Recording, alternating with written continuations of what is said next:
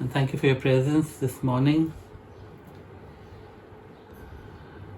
Thank you for your word. Thank you for the series of Psalms, this pilgrimage you've taken us on.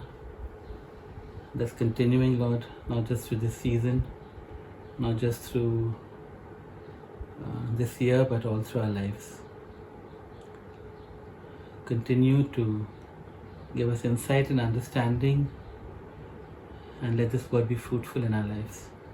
In Jesus' name, Amen.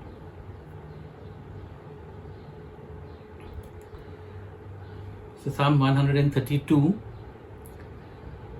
I won't read the whole psalm out. It's a rather long psalm, but we'll go through it in, maybe it's better to read it out. It just gives you a sense of the whole psalm. Okay, so Psalm 132.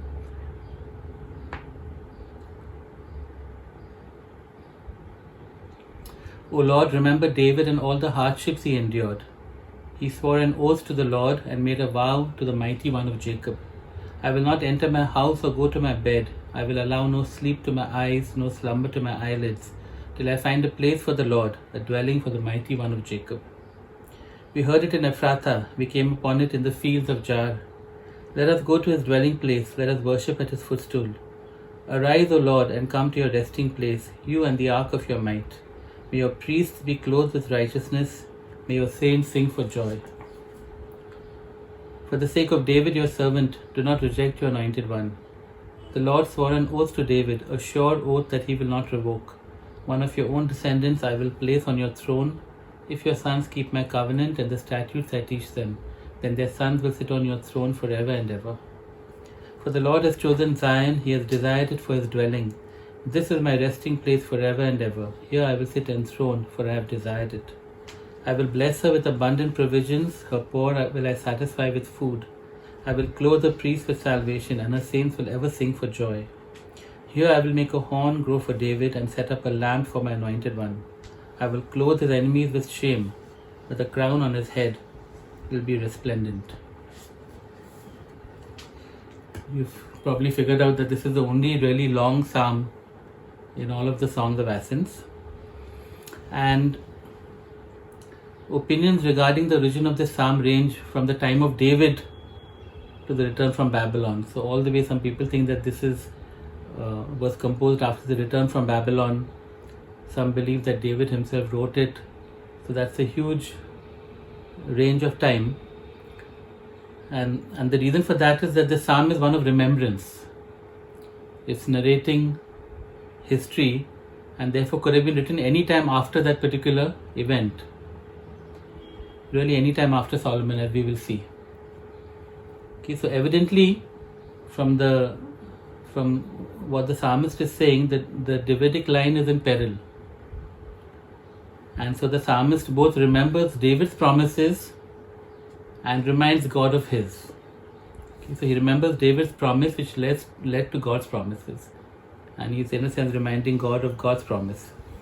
And so really there are two parts to the psalm, each one beginning with a prayer and then a promise. Okay, and that first promise is David's, and the second promise is God's. That's when you read it, you clearly see that pattern. So let's begin with David's promise, which is verses 1 to 9, and starts with the prayer. O Lord, remember David and all the hardships he endured. So the first prayer is quite simply, remember. Yeah? And the point is this, that when God remembers, it is not just calling to mind a memory. That's often what we think of when we say remember. Okay, remember you said this. Oh yes, I remember. No. It's not calling to mind a memory, but it is rather decisive action by God, usually in response to human activity. So I'll give you 3 examples. Genesis 8 verse 1. God remembered Noah and he sent a wind to cause the waters to recede. Now you don't think he forgot about Noah for 150 days, right? He remembered as in that was the time that he decided to take action. Okay, Genesis 19 verse 29.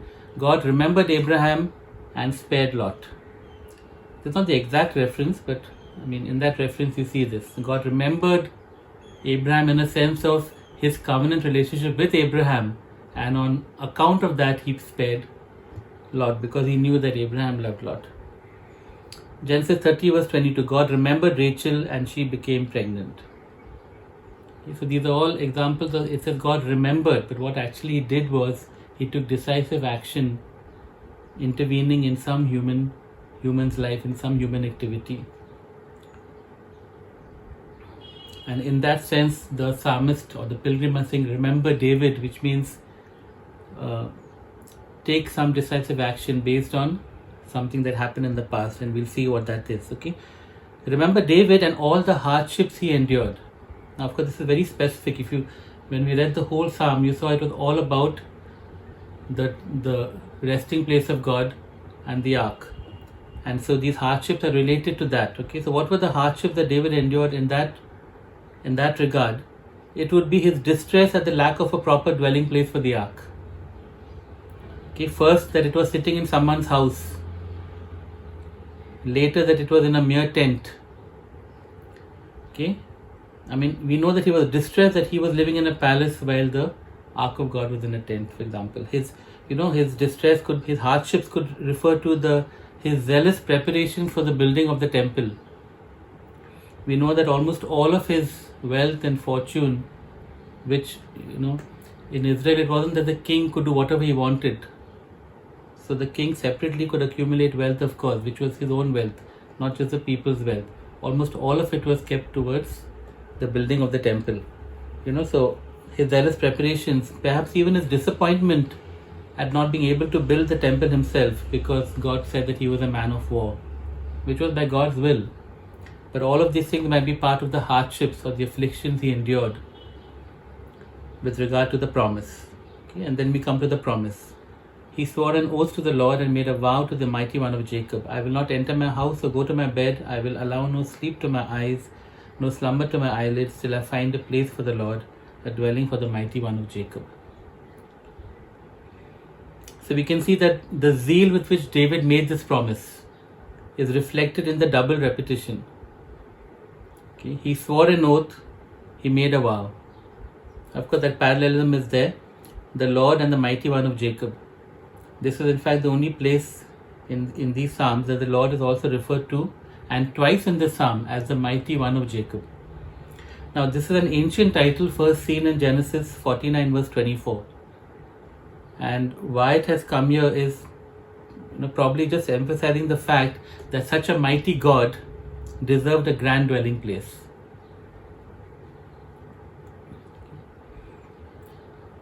Now this is a historical narrative, as you know. However, there is no mention of this vow earlier.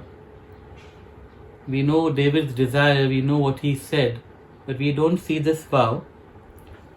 And so it's either poetic license, which is fine, the psalmist is sort of thinking what David must have said to himself, or it's by inspiration. The Holy Spirit could have revealed to the psalmist, as he did to so many prophets, what David said to himself, or could be even insider knowledge of what David said. For example, if Solomon wrote the psalm, very likely that his father David told him, this is what I said. Of course, the elements of the vow are hyperbolic. It's very, very common in Jewish circles, Jewish culture, to make promises like this, to make vows like this. It didn't mean, of course, that David didn't sleep, because he could not have slept then ever for the rest of his life, because the temple happened in the time of Solomon. But it was it was hyperbolic, reflecting the intensity of David's desire to give God the honor that he is worthy of. The incident being referenced is most likely 2 Samuel 6 and 7. 2 Samuel 6 is David bringing the ark into Jerusalem with great fanfare. After one aborted attempt ended in tragedy, which was Uzzah being practically burnt alive. Okay, and in 2 Samuel 7 is his desire to build a permanent and glorious dwelling for God's presence. So that could be the incident. That's most likely the incident being referenced here, where David is saying, I swore an oath, I want to build a dwelling place for Yahweh, the Mighty One of Jacob. And the pilgrims go on to say, we heard it in Ephrathah, we came upon it in the fields of Jar, Nobody is quite sure what verse 6 is referring to. So looked at a number of commentaries. They have no clue what is he. We heard it in Ephrata. Ephrata is another name for Bethlehem. Okay. And we came upon it in the fields of Jar. So I'll just tell you what seemed to me to make the most sense, because this seems to be speaking of the incident where the ark is being brought into Jerusalem. Because it says, let us go to his dwelling place, let us worship at his footstool.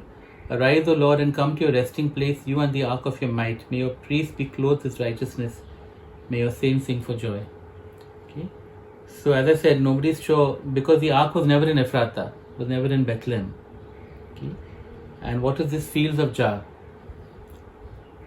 So this is what makes the most sense to me. If the bringing of the ark, if the news was that King David is now bringing the ark to Jerusalem, then there would have been reports in David's hometown that David is bringing the ark, and people would go to wherever it was.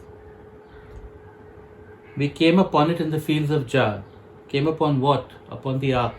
What are the fields of Jar? The word Jar means fields of wood, and therefore it could refer to Kiryat Jearim, which was a forest city or forest town, which was the place where the ark had been for almost a century after it was returned by the Philistines. During the time of Samuel, when Samuel was a kid, actually it was the time of Eli, more specifically, it was captured and then sent back, and it was in this house at Kiryat Jearim for almost a century. So consider the fact that King Saul, for example, his entire reign was not bothered with bringing the ark back to the tabernacle, leave alone to his capital city.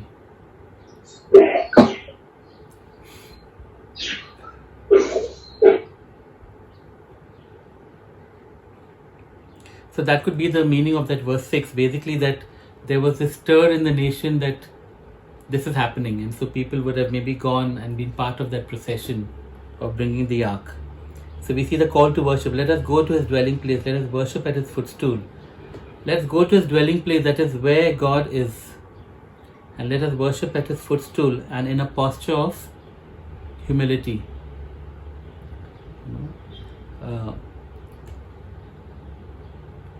Because we live in the age of the Spirit, and where 2 or 3 gather, there Jesus is in our midst. We can sometimes take it so casually. We lose sight of the fact that we have to go where God is, and we have to be in that posture of humility, rather than, I can worship God anywhere. You can, but there's also such meaning and purpose in, that effort to gather together or to go to a place, not because that place is holy and sacred, may not be, but just the sense of putting in that work and effort to gather together somewhere, the posture that you have. And that was the reason for the tabernacle and then for the temple, though of course they could worship God anywhere. Now arise, O Lord, and come to your resting place, you and the ark of your might. May your priests be clothed with righteousness, may your saints sing for joy. These verses are actually part of Solomon's prayer during the dedication of the temple. And so they may have been first spoken when the ark was brought into Jerusalem by David, and Solomon could have used the same words, because of course the same thing was happening. God was being invited into a dwelling when David brought the ark into David's tabernacle, and when Solomon was now dedicating the temple. The resting place was David's tabernacle, then it was Solomon's temple, and the various iterations of the temple over the centuries, until in the time of Jesus it was Herod's temple. Come to your resting place, you and the ark of your might. The ark represented God's presence. The ark represented God's power. And so, for example, it was used in Israel's famous victories, They would carry the ark with them, before them. Jericho, for example, crossing the Jordan. I like this last verse. May your priests be clothed with righteousness, may your saints sing for joy. You know, that's actually a picture of formal religion that would please God. Okay, a priesthood that is righteous and joyful, exuberant worship from the congregation. The sad thing is that so often our churches are now upside down. You know, we've got unrighteous leadership and we've got gloomy worship. But may your priests be clothed with righteousness, may your saints sing. That word actually is shout for joy. And the point of all this thing is, oh Lord, remember David, he fulfilled his promise. He brought the ark to Jerusalem, he installed it in David's tabernacle, and he did everything that he could for the temple, and the temple got built. And so David fulfilled his promise. That's the end of part 1, and part 2 is God's promise. It starts with the prayer again, verse 10. For the sake of David your servant, do not reject your anointed one. The second prayer is, do not reject. First was remember, second is do not reject or do not turn away. Okay. For the sake of your servant David, because of what David had promised and what he had done, because of his intimate relationship with God, God, don't reject your anointed one, which is now somebody else, another person. Okay? And it tells us the importance of legacy. David's relationship with God the grace extended through so many generations. Okay? And we'll see that a little later how that manifested. The anointed one could refer to any of David's successors, and over the centuries would refer to whoever was in the Davidic line of succession. And basically, it was a prayer to restore God's purposes for Israel. See, God had a purpose for Israel through the Davidic line, and what happened was that those chaps in the Davidic line kept on disobeying God. You know, so many of the kings would turn away from God. And so this prayer is really to do not reject, do not turn away, but rather restore what your purpose was for Israel through the line of David. Okay, we will see later. You can see automatically that this is going to be messianic at some point. Okay, and so earlier it said David swore an oath and made a vow. Now it says the Lord swore an oath to David, a sure oath that he will not revoke. One of your own descendants I will place on your throne. If your sons keep my covenant and the statutes I teach them, then their sons will sit on your throne forever and ever. Now this we do have a record of. This is 2 Samuel 7, 11 to 16. I've preached sermons on this. Okay, where David says, God, I want to build a house for you, and God says, no, I'll build a house for you instead. Where David's house, of course, David was referring to the temple and God was referring to his line. Okay, I'll just read what God says in verse 6. Sorry, was it from verse 6? No, 11, sorry, verse 11. The Lord declares to you that the Lord himself will establish a house for you. When your days are over and you rest with your fathers, I will raise up your offspring to succeed you, who will come from your own body, and I will establish his kingdom. He is the one who will build a house for my name, and I will establish the throne of his kingdom forever. I will be his father, and he will be my son, and then so on and so forth. Verse 16, your house and your kingdom will endure forever before me. Your throne will be established forever. So that was the promise God made to David, and of course this psalm is referencing that promise. That was God's response to David's desire to build a temple for him. He said, sure, your son will build a temple for me, but beyond that I will establish your house, your line. Now listen to this. The promise was conditional to obedience. If your sons keep my covenant. And the very next generation, which was Solomon, broke that. Forget about future generations. The very next chap broke it. Yet God kept his covenant. That's the amazing thing. You know, God kept his part of the deal while so many of David's descendants ruled in wickedness.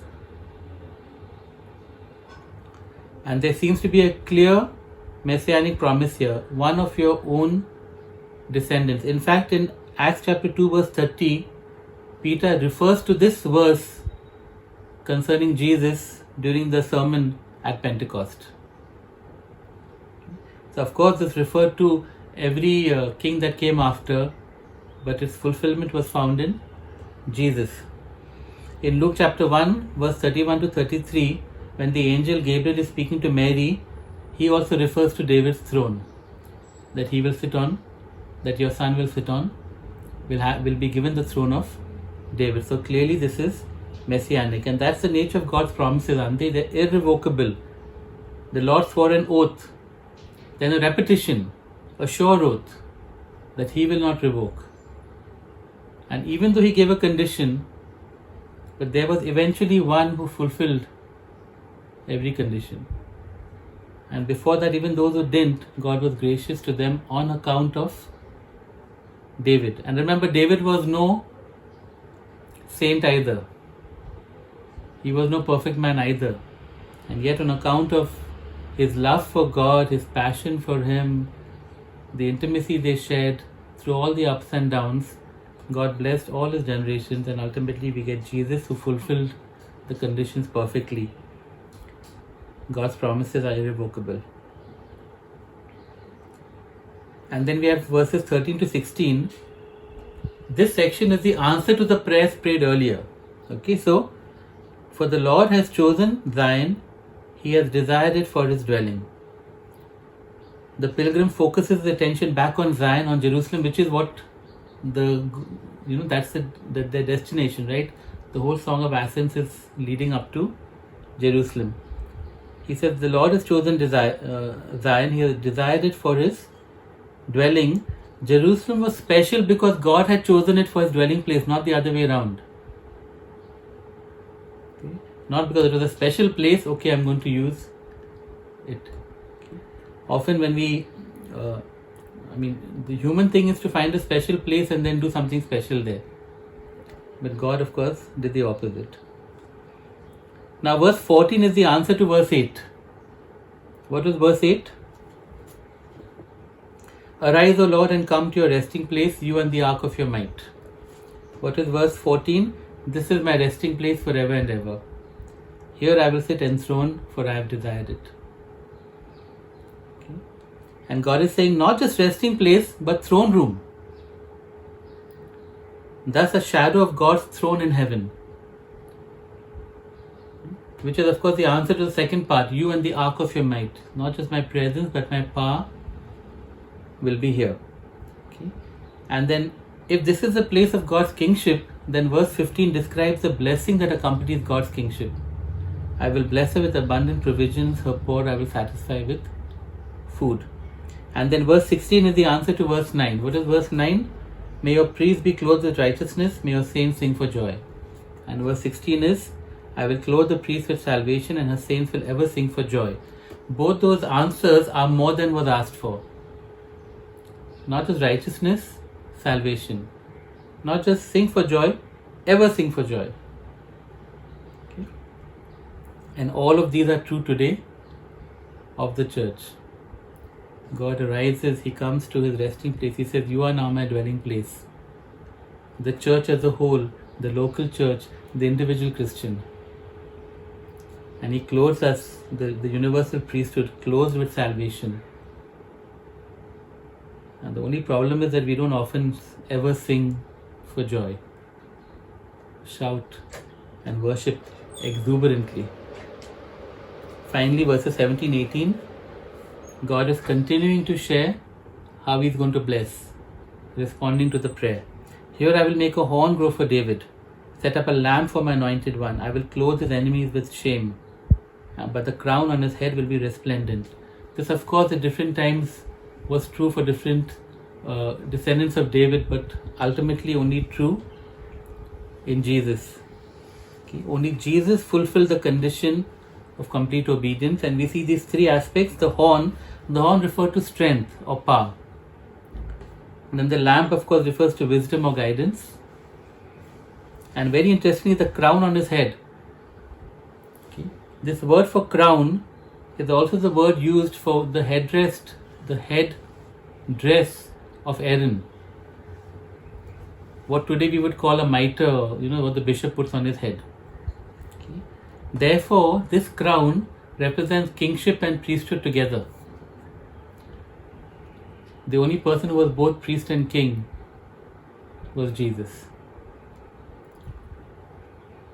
The crown on his head, the glory in a sense of his kingship plus priesthood will be glorious, resplendent. And so verse 18 is the utter defeat of Jesus' enemies. Of course, we know he did that on the cross, and the resurrection, and the glorious nature of his reign. This is God's reply to David's promise, in a sense. Okay. Which is why I think that as we were worshipping, and somehow this song came in my head about singing that song, consuming fire, stir up a passion for your name.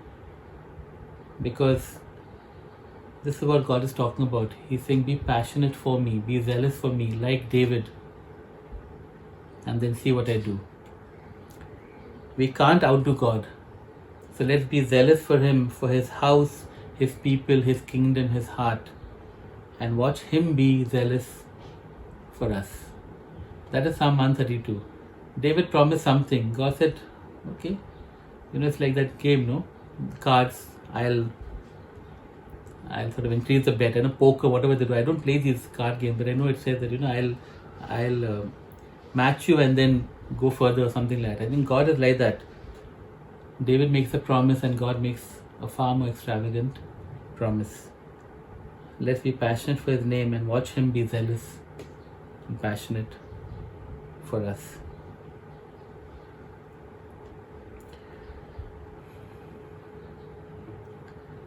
Just pray, Lord, like David, give us a passion for You, make us zealous for You, Your heart, Your house, Your kingdom, Your people.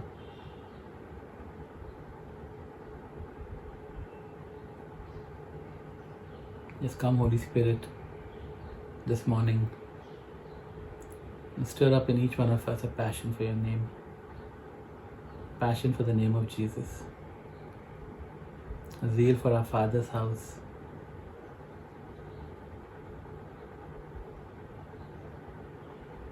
for Your kingdom purposes.